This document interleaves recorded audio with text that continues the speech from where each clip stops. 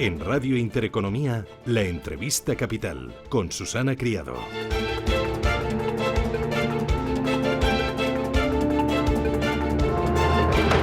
Los agricultores entran hoy en Madrid tras 2 semanas de protestas por la situación del sector. Unos 500 tractores están convocados por la Unión de Uniones y van a entrar este miércoles en la capital, repartidos por 5 columnas que van a confluir en la Puerta de Alcalá. El objetivo es desembocar en un acto que va a culminar a las puertas del Ministerio de Agricultura, de Pesca y Alimentación. Además, organizaciones como Asaja, COAG y UPA han convocado marchas para esta jornada en otras ciudades, en Córdoba, en Murcia, en Gran Canaria, en Málaga y en Palencia. Hoy en la entrevista capital me acompaña Paloma Martín. Paloma, ¿qué tal? Muy buenos días. Buenos días, encantada de estar con vosotros. Ella es senadora, es diputada en la Asamblea de Madrid, pertenece al comité de dirección del partido y es la máxima responsable de las áreas de agricultura, pesca, energía, agua y medio ambiente. Y además es la actual vicesecretaria de Desarrollo Sostenible del Partido Popular, la que se va a armar hoy en Madrid. La verdad es que sí, los agricultores y los ganaderos ven que la única solución que tienen es salir a la calle porque no se fían de este gobierno. Están en una situación muy delicada porque llevan tiempo sufriendo unos costes de producción muy altos, una hiperregulación que les ahoga y unas exigencias ambientales que les ha llevado a decir basta ya.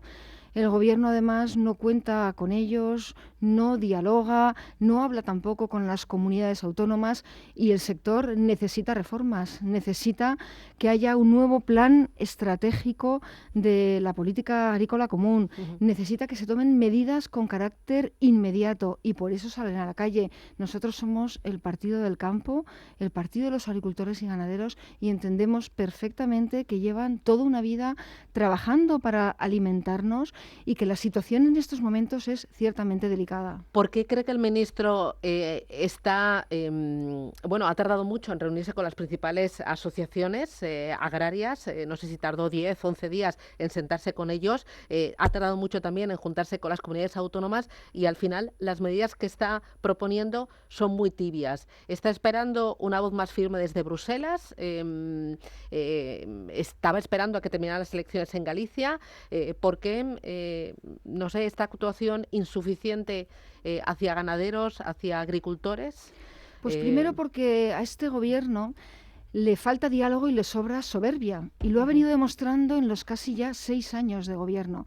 En segundo lugar, porque lleva desprestigiando al sector de la agricultura y la ganadería mucho tiempo, culpabilizándole de daños medioambientales, señalando a la ganadería como una de las principales contaminantes del medio ambiente, señalando a los agricultores como grandes consumidores de agua. Cuando están tan alejados de la realidad de lo que ocurre en el campo, los agricultores y ganaderos no les queda más que salir a la calle. Entendemos que las propuestas, además, que ahora ha puesto encima de la mesa el señor ministro Planas, bueno, primero llegan tarde, algunas ya las había anunciado la propia presidenta de la Comisión Europea, de Ursula von der Leyen, y aquellas que dependen de la exclusiva competencia del Gobierno de España, como es soluciones a la sequía, a través de verdad de una política de agua real, o temas tan importantes como reducir los impuestos, el impuesto al plástico, o no acelerar plazos exigidos por la Unión Europea.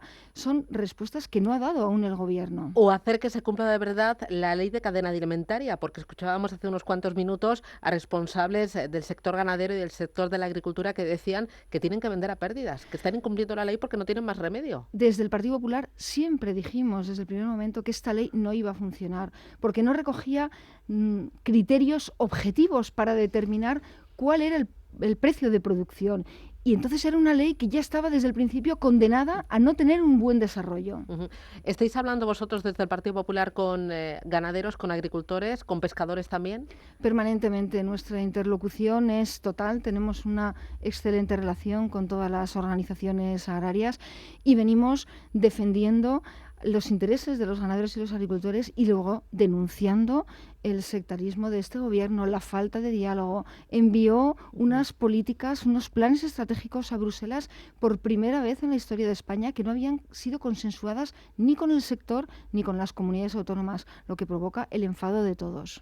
¿Qué medidas proponéis desde el Partido Popular y habéis hablado con estos sectores implicados, agricultores, ganaderos y pescadores, para solucionar estas preocupaciones, temas medioambientales, el agua que decías que está olvidada, los ganaderos que también parece que están olvidados. Dame tres propuestas concretas. Sí. En primer lugar, exigimos una moratoria inmediata de las exigencias ambientales que hay en Bruselas. En segundo lugar, que el Gobierno presente un nuevo plan estratégico de la PAC consensuado con el sector, es decir, con agricultores, ganaderos, pero también con las comunidades autónomas.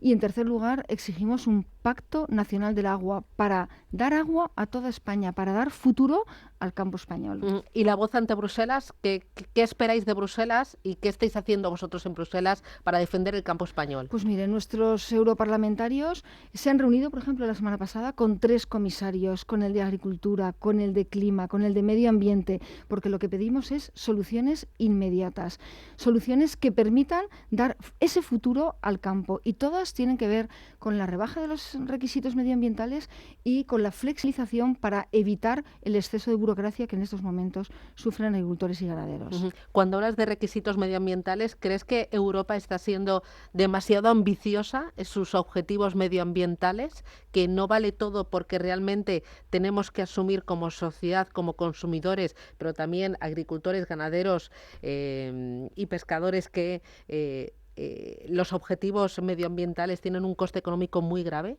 El cuidado del medio ambiente y la sostenibilidad son objetivos que todos queremos alcanzar. La diferencia está en cómo vamos a llegar hasta ellos. Y lo que nosotros decimos es que deben disponerse de informes del impacto que determinadas medidas tienen, porque no solo está el cuidado del medio ambiente, tenemos que trabajar para que sea sostenible social y económicamente. Pensemos que la gran olvidada de la izquierda es la gente que vive en el entorno rural, esa gente que no solo trae vida en los pueblos, sino que es la primera responsable en el cuidado del medio ambiente. Oiga, cuando un ganadero tiene 500 cabezas de ganado, necesariamente hace inversiones muy importantes para mantener el cuidado de la dehesa. Es una apuesta medioambiental sin precedentes porque cuida la dehesa. Por lo tanto, no podemos demonizar a ese ganadero. Lo que sí que le tenemos que dar son herramientas para que poco a poco vaya incrementando aún más esas prácticas medioambientales, pero con un análisis previo del impacto que supone en el campo. Y ser mucho más flexibles desde Europa en materia de uso de pesticidas, uso de fertilizantes, abrir un poco más la mano, ser quizás un poco menos ambiciosos los objetivos. El objetivo siempre tiene que ser el mismo, que el producto llegue con todas las garantías sanitarias y de calidad posible. Y eso sucede en Europa y también fuera de Europa. ¿Qué es lo que nosotros decimos? Si en Europa hay algunos fitosanitarios que están excluidos con carácter general, pero luego los gobiernos nacionales tienen la posibilidad de excepcionar que sí que se pueden utilizar determinados fitosanitarios, mientras que hay países que excepcionan 80 fitosanitarios, el gobierno de España excepciona 30. ¿Y eso en qué se traduce?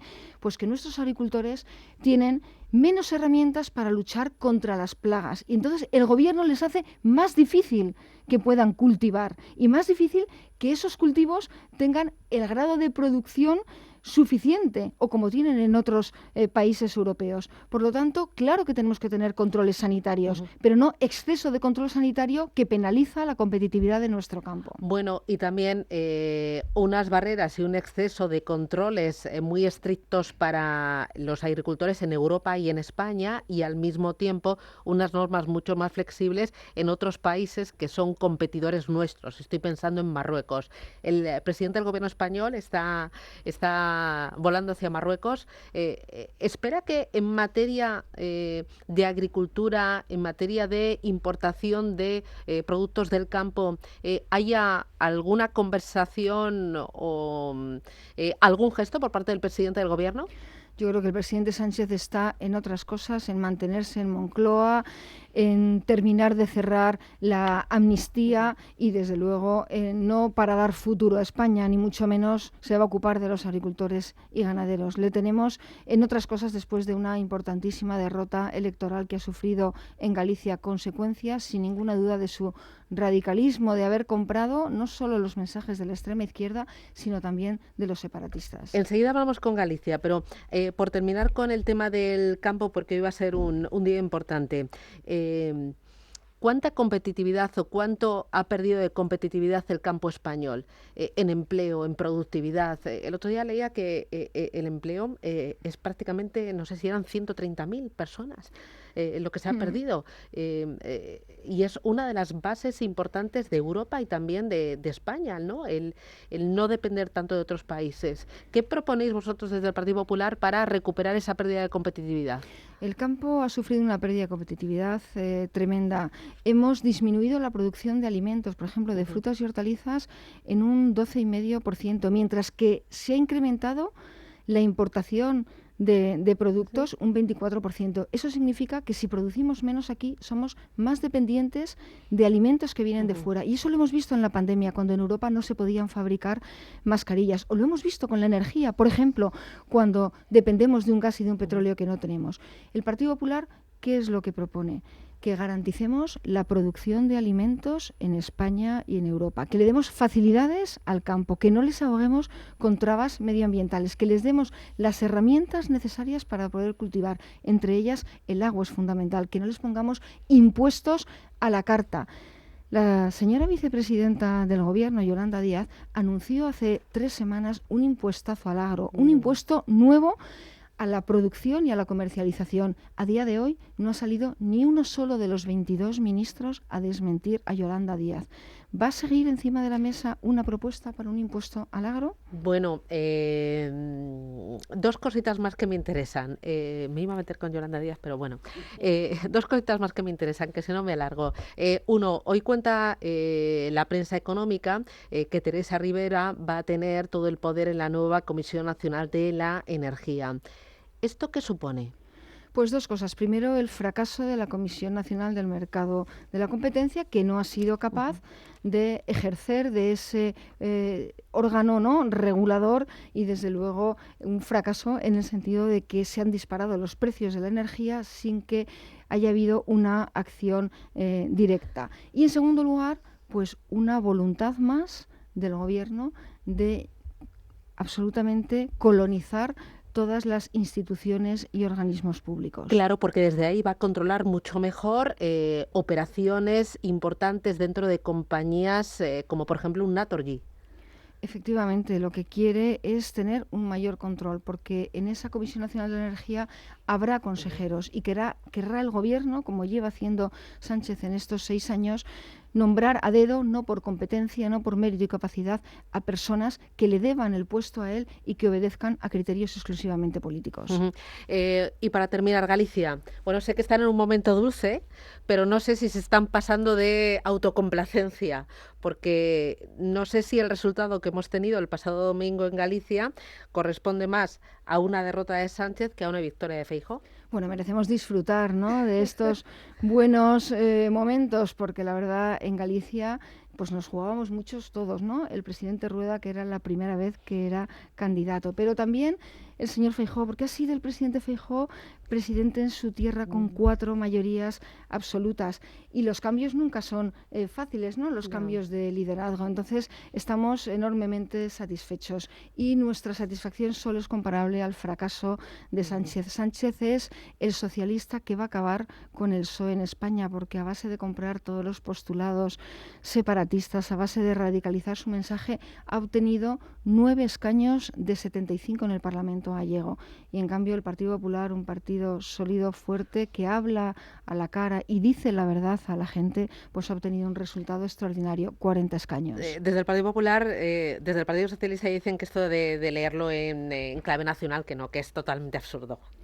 Pero hace una semana decían justo lo contrario, solo que hay que escuchar al señor Sánchez, ¿no?, augurando el fracaso del señor Feijóo, y es justo lo contrario. Los gallegos han hablado alto y claro y lo que quieren es un partido fiable, un partido que le hable con la verdad por delante y un partido que tenga en la cabeza lo que es la necesidad de vertebrar un Estado como España. Pues Paloma Martín, muchísimas gracias por acompañarnos aquí, por venir a los estudios de Radio Intereconomía, un auténtico placer. Y bueno, esperemos que hoy el tráfico no sea demasiado complicado en Madrid. Muchísimas gracias. Muchísimas gracias. Un Buen día a abrazo. todos. Un Adiós. saludo.